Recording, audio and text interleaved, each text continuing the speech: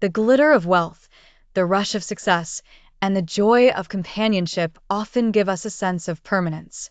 Yet Allah reminds us in Surah Al-Ankabut 29:64, and this worldly life is not but diversion and amusement, and indeed, the home of the hereafter. The following story weaves the lives of two individuals, Yusuf and Ibrahim, whose paths cross in unexpected ways, ultimately reminding them, and us, of the true purpose of life. The ambition of Yusuf was a young merchant in the bustling city of Damascus during the early centuries of Islam. His shop stood in the heart of the marketplace, filled with silks, spices, and precious ornaments.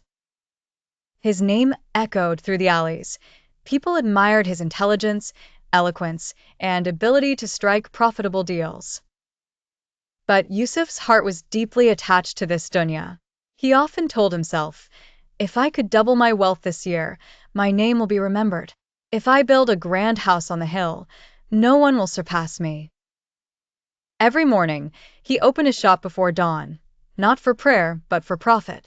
He knew the Quran, and he had heard the verses about Akhirah many times in the masjid, but they felt distant, like stories of another time. The piety of Ibrahim. Not far from Yusuf's shop lived Ibrahim, a humble potter. His hands were hardened by years of molding clay, and his clothes bore the stains of labor. Unlike Yusuf, Ibrahim was not known for wealth or status.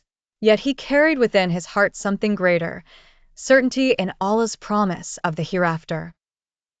After far prayers, Ibrahim sat in the masjid reciting Quran.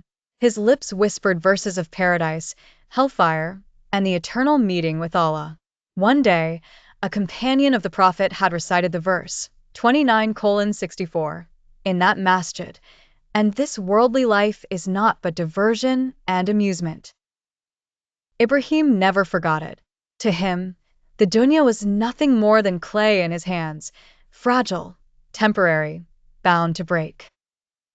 Yusuf entered Ibrahim's workshop. Yusuf, dressed in fine garments.